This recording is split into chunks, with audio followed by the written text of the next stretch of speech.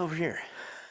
One of the forgotten things, trying to pick up on this surface here. I'm also trying to see how far away from this face here. This is a finished face, and I want to make sure that I get in to blend the two, and feeler gauges. So we've just taken a cut, and 21 thousandths is tight. 19 slides through, so we're close in there. So 20 is a little snug, so we got about 19. I will probably drop that down 15 for the next pass.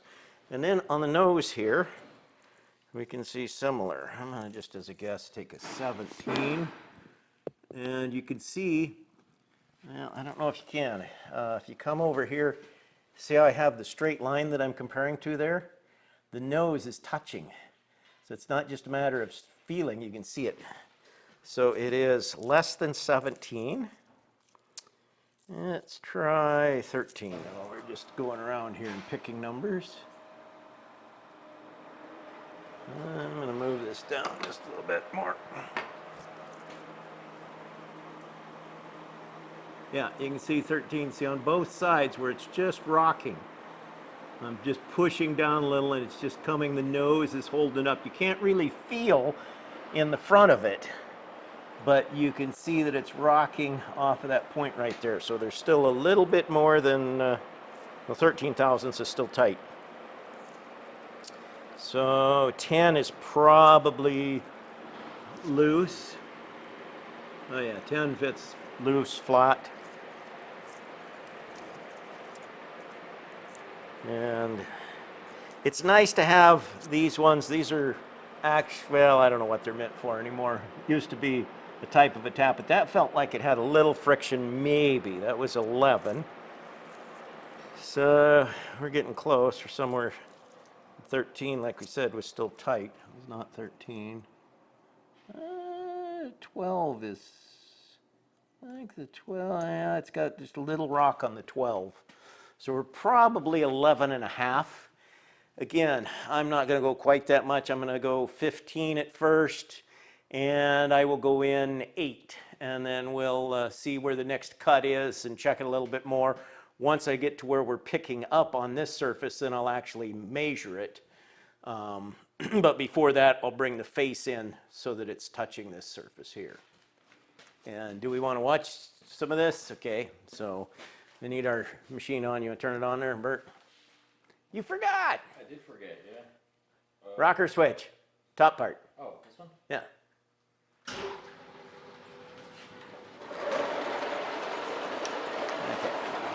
And I am climb milling this time.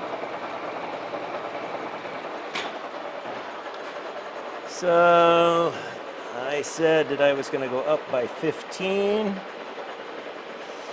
And I was going to go in.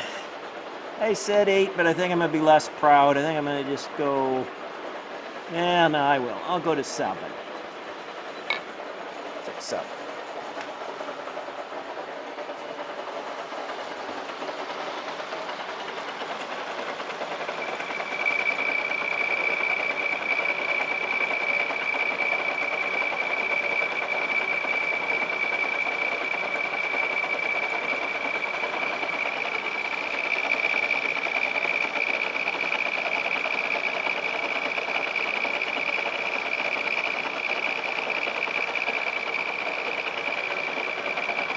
And yes, I could cut this faster.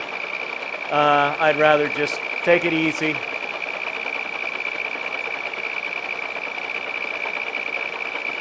Not have to change tooling. We're not looking for production, we just want to get it done. Well, I mean, there's always production, but we're not looking for high-speed production.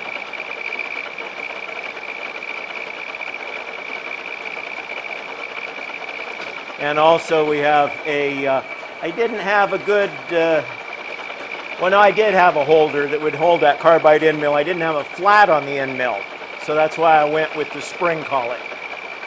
And the spring collets will tend to move and pull out a little bit more than where you've got a flat, and I didn't feel like grinding a flat on the carbide.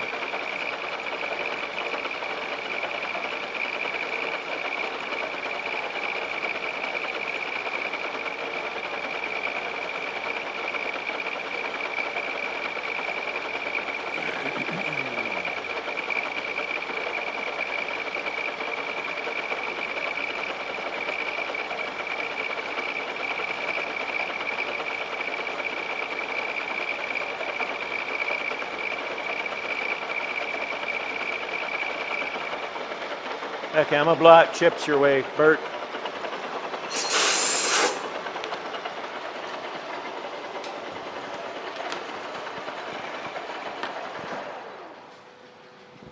And then we'll come in here and see what we got. We should be the smaller numbers for on the bottom. Start out with a 4. 4 is tight. Let's try a 2. 2 is a little just about to grab it. Since I don't really care that as far as trying to, because I'm going to take some. Like that, I forget what I got, 8 or 10 left here. So we'll just call it 2, even though it's a little, the 2 didn't quite go through. And then at the nose, 2 goes down easy.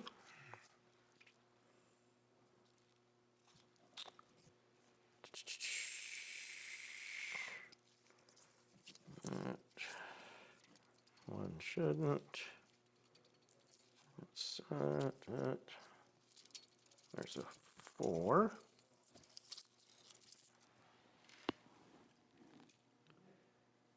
Four appears to be going down too. There's 6, but let's find our 5. And these things, if you're really doing extremely accurate, these are not accurate. You'll find these are generally off by anywhere from a half a thousandth sometimes down to 2/10, but some of them even a whole thousandth. You mic these if you really need to get accurate. This should be okay for what I'm doing today, but you can't trust the numbers on these things. And the 5 was not tight yet, so 5 was clearance. So we'll go to 6. 6, see how it just barely rocks. Just barely rocks on that straight line. So we've got 5 thousandths of clearance. And so we can come in 5 and then we'll drop down 3. We'll see how the cut looks and we can do a measurement then on the part too. Yeah.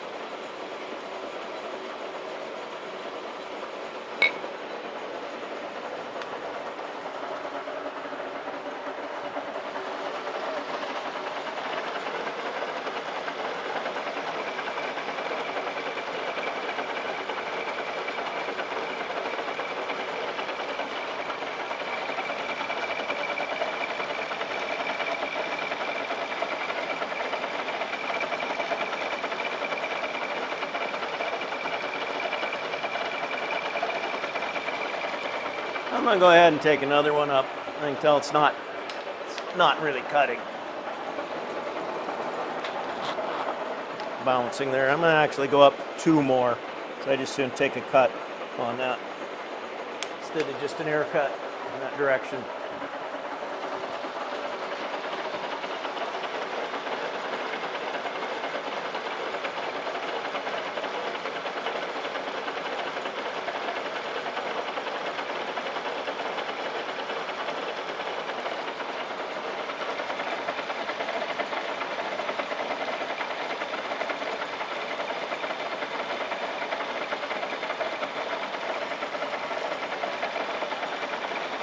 I blued it last time I did this, which made it really easy to see what was and wasn't cutting.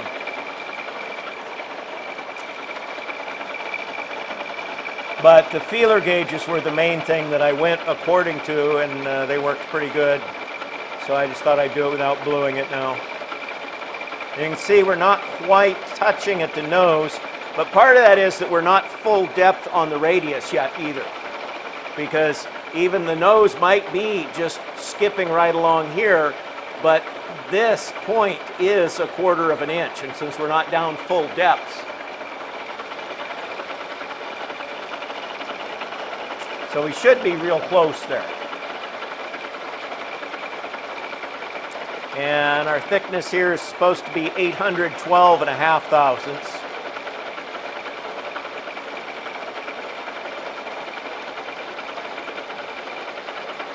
Then once we know that we've got a good position here, we'll remember that position, but we'll back off a little bit, rough out the top one, get it to the thickness, and then come into that same number.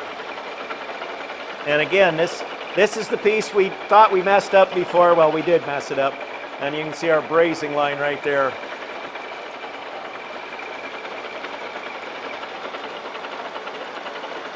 So I'm going to blow that off. And I'm going to run it back.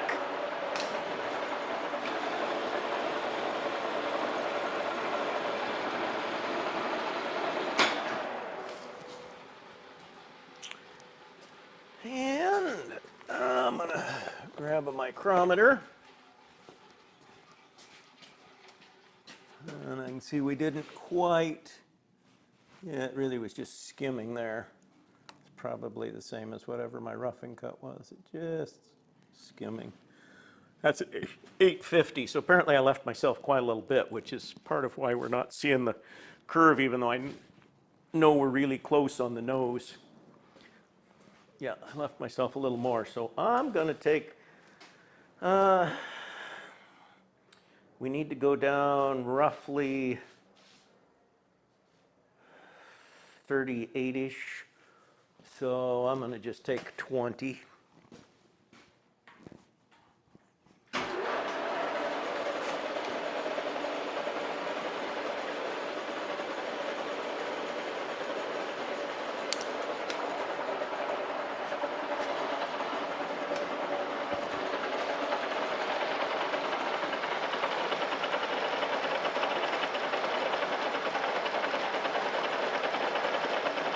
That's an air cut. That's what you do when you want some extra time before you're actually heavily engaged machining.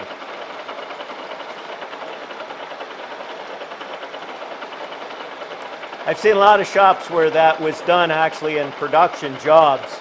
People would plan an air cut so they could go take a break and have an extra cup of coffee.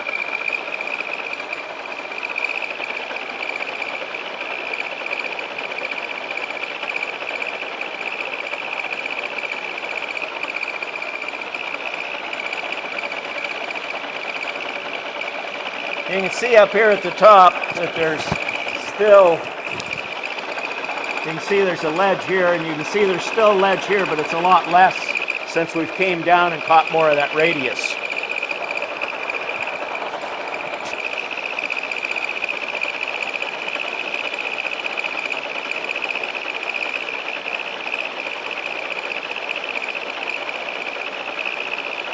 Cutter was cutting easier, better last time I used it on the other side, but I think it's still okay.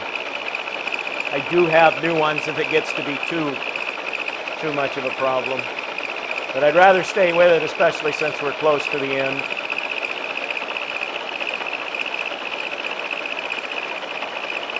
Of course, I didn't listen to it last time I had my earplugs in. Now I have my earplugs out because I can't talk correctly with my earplugs in. I will shout.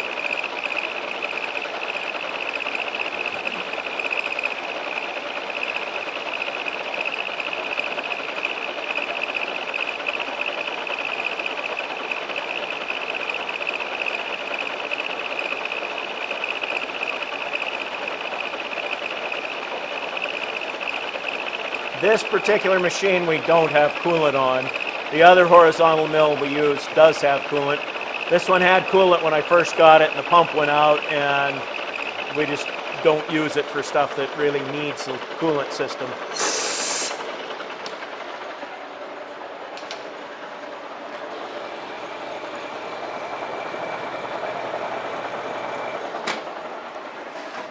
Well, that was interesting since it cut a lot on the backside. Tells me that there's a lot of pressure yet from that cutter. So yeah, it's not really cutting where it is. It is, that noise is actually skipping a little bit. Now, when this would have been originally made, They would have either used a shaper to cut this, and they wouldn't have been that finicky on how this came out. And this is actually adjustable in here where the pieces that fitted. I just wanted to make it nicer. They would have either used a shaper for cutting this, or they would have used a horizontal mill, which would be a real good way to do it with a radius cutter here, and stacked up, and it's just the right size, and you just come through and make one slot. That's the way we would do it if we were producing it. It wouldn't really matter whether it was a CNC or a manual machine, having that cutter, which you can stack them up. That cutter that matches the shape that you're trying to cut. You can see the shape on the other one with the, anyway, 2 radiuses, and that, and then you'd have a cutter here that would be rotating. This would be standing up in the mill. Because in fact, it would be the same mill as this basically, but this would be standing up with the cutter being a saw that rotates and cuts through here, and would be on this with an overarm, so you've got an extra support to make the shaft real rigid. And I think I am going to go ahead and break and change that cutter out, because I really didn't like the way that did, and I can still sneak up on it and make it better.